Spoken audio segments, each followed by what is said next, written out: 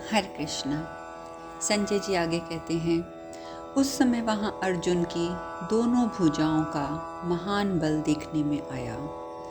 उन्होंने कुपित होकर उन विशाल सेनाओं को सब और जहां तहां रोक दिया।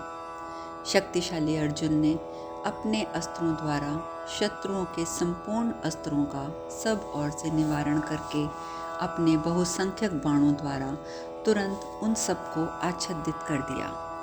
प्रजानाथ, वहां अंतरिक्ष में ठसाठस भरे हुए बाणों की रगड़ से भारी लपटों से युक्त आग प्रकट हो गई। तदंतर जहां तहां हाफते और खून से लथपथ हुए महान धनुर्धर योद्धाओं अर्जुन के शत्रुनाशक बाणों द्वारा विदीर्ण होकर चित्कार करते हुए हाथियों और घोड़ों तथा युद्ध में विजय की अभिलाषा लिए रोषावेश में भरकर एक जगह कुपित खड़े हुए बहुतेरे वीरों शत्रुओं के जमघट से उस स्थान पर गर्मी सी होने लगी। उस समय अर्जुन ने उस असंख्य अपार दुर्लंघ एवं अशोभ्य रण समुद्र को सीमावर्ती तट प्रांत के समान होकर अपने बाणों द्वारा रोक दिया। उस रण सागर में बाणों की तरंगे उठ रही थी। फहराते हुए ध्वजा भौरों के समान जान पड़ते थे। हाथी ग्राह थे, पैदल सैनिक मत्स्य और कीचड़ के समान प्रतीत होते थे। शंखों और दुदुम्बियों की ध्वनि ही उस रण सिंधु की गंभीर गर्जना थी। रथ ऊंची ऊंची लहरों के समान जान पड़ते थे। योद्धाओं की पगड़ी और टोप कछुओं के समान थे। छत्र और पताकाएं फेन राशि सी प्रतीत होती थी तथा मतवाले हाथियों की लाशें ऊंचे ऊंचे शिलाखंडों के समान उस सैन्य सागर में व्याप्त हुई थी। यह सब सुनकर धृतराष्ट्र ने पूछा, संजय, जब अर्जुन धरती पर उतर आए और भगवान श्री कृष्ण ने घोड़ों की चिकित्सा में हाथ लगाया, तब ये अवसर पाकर मेरे सैनिकों ने कुंती कुमार का वध क्यों नहीं कर डाला? संजय ने कहा, महाराज, उस समय पार्थ ने पृथ्वी पर खड़े होकर रथ पर बैठे हुए समस्त भूपालों को सहसा उसी प्रकार रोक दिया जैसे वेद विरुद्ध वाक्य अग्राह्य को रोक देते हैं। अर्जुन ने अकेले ही पृथ्वी पर खड़े रहकर भी रथ पर बैठे हुए समस्त पृथ्वीपतियों को उसी प्रकार रोक दिया जैसे लोभ संपूर्ण गुणों का निवारण कर देता है। तदंतर संभ्रम रहित महाबाहु भगवान श्री कृष्ण ने युद्ध स्थल में अपने प्रिय सखा पुरुष प्रवर अर्जुन से ये बात कही, अर्जुन, यहाँ घोड़ों के पीने लायक पर्याप्त जल नहीं है। ये पीने योग्य जल चाहते हैं, इन्हें स्नान की इच्छा नहीं है। ये रहा इनके पानी के लिए जल। ऐसा कहकर अर्जुन ने बिना किसी घबराहट के अस्त्र द्वारा पृथ्वी पर आघात करके घोड़ों के पीने योग्य जल से भरा हुआ सुंदर सरोवर उत्पन्न कर दिया। उसमें हंस और कारणव आदि जल पक्षी भरे हुए थे। चक्रवाक उसकी शोभा बढ़ा रहे थे। स्वच्छ जल से युक्त उस विशाल सरोवर में सुंदर कमल खिले हुए थे। वह अगाध जलाशय कछुओं और मछलियों से भरा था। ऋषिगण उसका सेवन करते थे। तत्काल प्रकट किए हुए ऐसी योग्यता वाले उस सरोवर का दर्शन करने के लिए देवर्षि नारद मुनि वहां आए। विश्वकर्मा के समान अद्भुत कर्म करने वाले अर्जुन ने वहां बाणों का एक अद्भुत घर बना दिया था, जिसमें बाणों की ही बांस, बाणों के खंबे और बाणों की ही छाजन थी। महामना अर्जुन के द्वारा वह बाणमय ग्रह निर्मित हो जाने पर भगवान श्री कृष्ण ने कहा, शाबाश अर्जुन, शाबाश। इस प्रकार श्री महाभारत द्रोण पर्व के अंतर्गत जयद्रथ वध पर्व में विंद अनुविंद का वध और अर्जुन द्वारा जलाशय का निर्माण विषयक 99वां अध्याय पूर्ण हुआ। संजय आगे कहते हैं, राजन, जब महात्मा कुंती कुमार ने वह जल उत्पन्न कर दिया, शत्रुओं की सेना को आगे बढ़ने से रोक दिया और बाणों का घर बना दिया, तब महातेजस्वी भगवान श्री कृष्ण ने तुरंत ही रथ से उतरकर कंक पत्र युक्त बाणों से शक्त विषप्त हुए घोड़ों को खोल दिया। यह अदृष्ट पूर्व कार्य देखकर सिद्ध चारण सैनिकों के मुख से निकला हुआ महान साधुवाद सब और गूंज उठा। पैदल युद्ध करते हुए कुंती कुमार अर्जुन को समस्त महारथी मिलकर भी न रोक सके। ये बहुत अद्भुत सी बात थी। रथियों के समूह और बहुत से हाथी घोड़े सब ओर से उन पर टूट पड़े थे। तो भी उस समय कुंती कुमार अर्जुन को तनिक भी घबराहट नहीं हुई। उनका ये धैर्य और साहस समस्त पुरुषों में बढ़ चढ़कर था। संपूर्ण भूपाल पांडुनंदन अर्जुन कुंवर बाण समूहों की वर्षा कर रहे थे, तो भी शत्रु वीरों का संहार करने वाले इंद्र कुमार धर्मात्मा पार्थ तनिक भी व्यथित नहीं हुए। उन पराक्रमी कुंती कुमार ने शत्रुओं के उन बाण समूहों, गदाओं और प्रासों को अपने पास आने से उसी प्रकार ग्रस लिया जैसे समुद्र सरिताओं को अपने में मिला लेता है। अर्जुन के अस्त्रों के महान वेग बाहुबल से समस्त राजाधिराजों के उत्तम उत्तम बाणों को नष्ट कर दिया। महाराज, अर्जुन और भगवान श्री कृष्ण दोनों के उस अत्यंत उद्भट पराक्रम की समस्त कौरवों ने प्रशंसा की।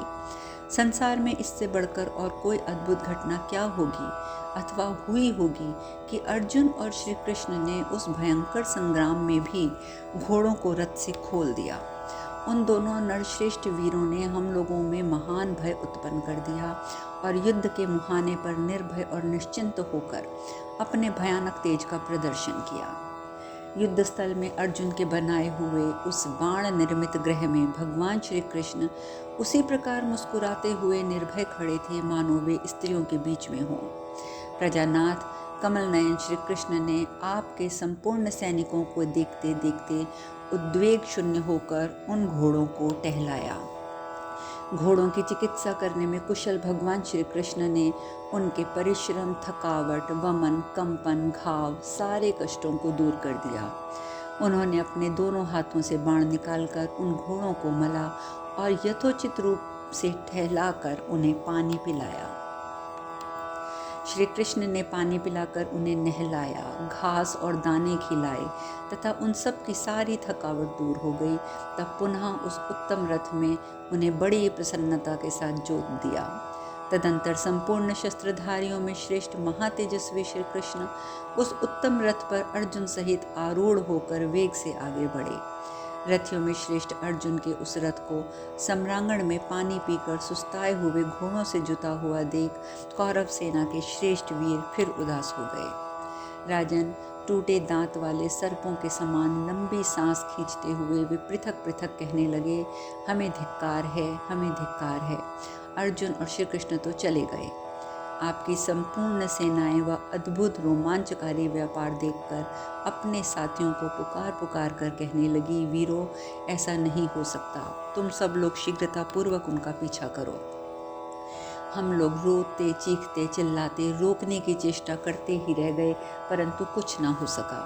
शत्रुओं को संताप देने वाले कवचधारी श्री कृष्ण और अर्जुन हम सब क्षत्रियों के देखते देखते हमारे बल की अवहेलना करके एकमात्र रथ के द्वारा संपूर्ण राजमंडली में अपना पराक्रम दिखाकर उसी प्रकार बेरोक टोक आगे बढ़ गए जैसे बालक खिलौनों से खेलता हुआ निकल जाता है।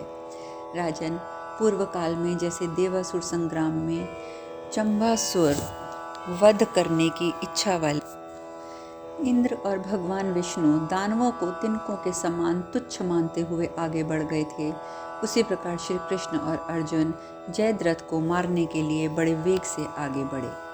उन दोनों को पुनः आगे बढ़ते देखकर दूसरे सैनिक बोल उठे, कौरवों, श्री कृष्ण और अर्जुन का वध करने के लिए तुम सब लोग चेष्टा करो। इस रण क्षेत्र में रथ पर बैठे हुए श्री कृष्ण हमारी अवहेलना करके हम सब धनुर्धरों के देखते देखते जयद्रथ की ओर बढ़े जा रहे हैं। राजन, वहाँ कुछ भूमिपाल सम्रांगण में श्री कृष्ण और अर्जुन का वह अत्यंत अद्भुत अदृष्टपूर्व कार्य देखकर आपस में बातें करने लगे। एकमात्र दुर्योधन के अपराध से राजा धृतराष्ट्र तथा उनकी संपूर्ण सेनाएं भारी विपत्ति में फंस गई हैं। सारा क्षत्रिय समाज और संपूर्ण पृथ्वी विनाश के द्वार पर जा पहुंची है। इस बात को राजा धृतराष्ट्र नहीं समझ रहे हैं। भरत, इसी प्रकार वहाँ दूसरे क्षत्रिय निम्नांकित बातें कहते थे। योग्य उपायों को न जानने वाले और मिथ्या दृष्टि रखने वाले राजा धृतराष्ट्र यमलोक में गए हुए सिंधु राज्य जयद्रथ को जो औधर्वदैहिक कृत्य है उसका संपादन करें। तदंतर पानी पीकर हर्ष और उत्साह में भरे हुए घोड़ों द्वारा पांडु कुमार अर्जुन सिंधुराज जयद्रथ की ओर बढ़ते ही गए।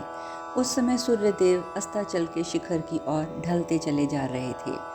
जैसे क्रोध में भरे हुए यमराज को रोकना असंभव है, उसी प्रकार आगे बढ़ते हुए शस्त्रधारियों में श्रेष्ठ महाबाहु अर्जुन को आपके सैनिक न रोक सके। जैसे सिंह मृगों के झुंडों को खदेड़ता हुआ उन्हें मत डालता है, उसी प्रकार शत्रुओं को संताप देने वाले पांडु कुमार अर्जुन आपकी सेना को खदेड़ खदेड़ कर मारने और मथने लगे। सेना के भीतर घुसते हुए श्री कृष्ण ने तीव्र वेग से अपने घोड़ों को आगे बढ़ाया और बगुलों के समान श्वेत रंग वाले अपने पांचजन्य शंख को बड़ी जोर से बजाया। वायु के समान वेगशाली अश्व इतनी तीव्र गति से रथ के लिए भागे जा रहे थे कि कुंती कुमार अर्जुन द्वारा आगे की ओर फेंके हुए बाण उनके रथ के पीछे गिरते थे। तत्पश्चात क्रोध में भरे हुए बहुत से नरेशों और अन्य क्षत्रियों ने जयव्रत की इच्छा रखने वाले अर्जुन को चारों ओर से घेर लिया। सेनाओं का सहसा आक्रमण करने पर पुरुष श्रेष्ठ अर्जुन कुछ ठहर गए। इसी समय उस महासमर में राजा दुर्योधन ने बड़ी उतावली के साथ उनका पीछा किया। हवा लगने से अर्जुन के रथ की पताका फहरा रही थी। उस रथ से मेघ की गर्जना के समान गंभीर ध्वनि हो रही थी और ध्वजा पर वानर वीर हनुमान जी विराजमान थे। उस भयंकर रथ को देखकर संपूर्ण रथी विषादग्रस्त हो रहे थे। उस समय सब और इतनी धूल उड़ रही थी कि सूर्यदेव छिप गए। उस रण क्षेत्र में बाणों से पीड़ित हुए सैनिक श्री कृष्ण और अर्जुन की ओर आंख उठाकर भी न देख सके। इस प्रकार श्री महाभारत द्रोण पर्व के अंतर्गत जयद्रथ वध पर्व में सैन्य विस्मय विषयक 100वां अध्याय पूर्ण हुआ। संजय जी आगे कहते हैं, नरेश्वर, भगवान श्री कृष्ण और अर्जुन को सबको आगे लांघकर बड़ा हुआ देखकर भय के कारण आपके सैनिकों की मज्जा खिसकने लगी। फिर वे लज्जित हुए समस्त महामनस्वी सैनिक धैर्य और साहस से प्रेरित होकर युद्ध के लिए स्थिरचित होकर अर्जुन की ओर जाने लगे। जो लोग युद्ध में रोष और अमर्ष में भरकर पांडुनंदन अर्जुन के सामने गए, वे समुद्र तक गई हुई नदियों के समान आज तक लौटकर नहीं लौटे।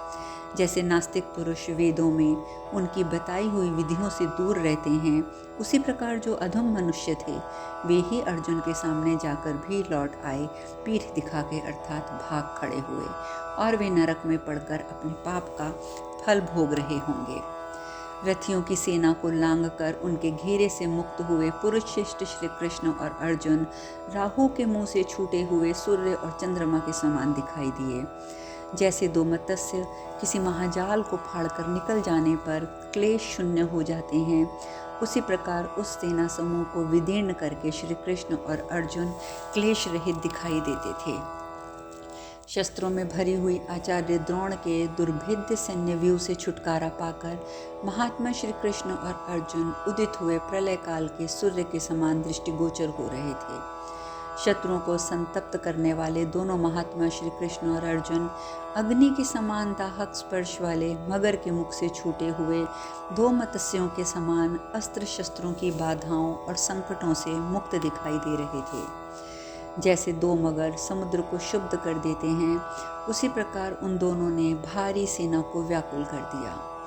आपके सैनिकों तथा पुत्रों ने उस समय द्रोणाचार्य के सैन्य व्यूह में घुसे हुए श्री कृष्ण और अर्जुन के संबंध में विचार किया कि ये दोनों द्रोण को नहीं लांघ सकेंगे। परंतु महाराज, जब वे दोनों महातेजस्वी वीर द्रोणाचार्य के सैन्य व्यूह को लांघ गए, तब उन्हें देखकर आपके पुत्रों को सिंधुराज के जीवित रहने की आशा नहीं रह गई। राजन, सब लोगों को यह सोचकर कि श्री कृष्ण और अर्जुन द्रोणाचार्य तथा कृतवर्मा के हाथ से नहीं छूट सकेंगे, सिंधुराज के जीवन की आशा प्रबल हो उठी थी। शत्रुओं को संताप देने वाले वे दोनों वीर श्री कृष्ण और अर्जुन लोगों की उस आशा को विफल करके द्रोणाचार्य और कृतवर्मा की दुस्तर सेना को लांघ गए। दो प्रज्वलित अग्नियों के समान सारी सेना को लांघकर खड़े हुए उन दोनों वीरों को सकुशल देखकर आपके सैनिकों ने निराश होकर सिंधुराज के जीवन की आशा त्याग दी। दूसरों का भय बढ़ाने और स्वयं निर्भय रहने वाले श्री कृष्ण और अर्जुन आपस में जयद्रथ के विषय में बातें करने लगे। यद्यपि धृतराष्ट्र के 6 महारथी पुत्रों ने जयद्रथ को अपने बीच में छिपा रखा है, तथापि यदि वह मेरी आंखों को दिख गया तो मेरे हाथ से जीवित नहीं बच सकेगा। यदि देवताओं सहित साक्षात इंद्र भी सम्रांगण में इसकी रक्षा करें तो भी हम दोनों इसे अवश्य मार डालेंगे। इस प्रकार दोनों कृष्ण आपस में बातें कर रहे थे। सिंधुराज जयद्रथ की खोज करते हुए महाबाहु श्री कृष्ण और अर्जुन ने उस समय आपस में उपयुक्त बातें कही। तब आपके पुत्र बहुत कोलाहल करने लगे। जैसे मरुभूमि को लांग कर जाते हुए 2 प्यासे हाथी पानी पीकर तृप्त एवं संतुष्ट हो गए हों, उसी प्रकार शत्रुओं का दमन करने वाले श्री कृष्ण और अर्जुन भी शत्रु सेना को लांघकर अत्यंत प्रसन्न हुए। जैसे व्याघ्र, सिंह और हाथियों से भरे हुए पर्वतों को लांघकर 2 व्यापारी प्रसन्न दिखाई देते हैं, उसी प्रकार मृत्यु और जरा से रहित श्री कृष्ण और अर्जुन भी उस सेना को लांघकर संतुष्ट दिखते थे। इन दोनों के मुख की कांति वैसी ही थी, ऐसा सभी सैनिक मान रहे थे। विषधर सर्प और प्रज्वलित अग्नि के समान भयंकर द्रोणाचार्य तथा अन्य नरेशों के हाथ से छूटे हुए 2 प्रकाशमान सूर्यों के सदृश श्री कृष्ण और अर्जुन को वहां देखकर आपके समस्त सैनिक सब और कोलाहल मचा रहे थे।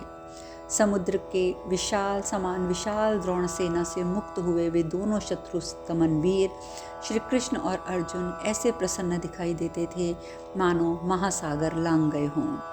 द्रोणाचार्य और कृतवर्मा द्वारा सुरक्षित महान अस्त्र समुदाय से छूटकर वे दोनों वीर सम्रांगण में इंद्र और अग्नि के समान प्रकाशमान दिखाई देते थे। द्रोणाचार्य के तीखे बाणों से श्री कृष्ण और अर्जुन के शरीर छिदे हुए थे, उनसे रक्त की धारा बह रही थी। उस समय वे लाल कनेर से भरे हुए 2 पर्वतों के समान सुशोभित होते थे। द्रोणाचार्य जिस सैन्य सरोवर में ग्रहतुल्य जंतु थे, जो शक्ति रूपी विषधर सर्पों से भरा था, लोहे के बाण जिसके भीतर भयंकर मगर का भय उत्पन्न करते थे, बड़े बड़े क्षत्रिय जिसमें जल के समान शोभा पाते थे, धनुष की टंकार जहाँ मेघ गर्जना के समान सुनाई पड़ती थी, गदा और खड्ग जहाँ विद्युत के समान चमक रहे थे, और द्रोणाचार्य के बाण ही जहाँ मेघ बनकर बरस रहे थे, उनसे मुक्त हुए श्री कृष्ण और अर्जुन राहु से छूटे हुए सूर्य और चंद्रमा के समान प्रकाशित हो रहे थे। शेष कथा कल। हरे कृष्णा।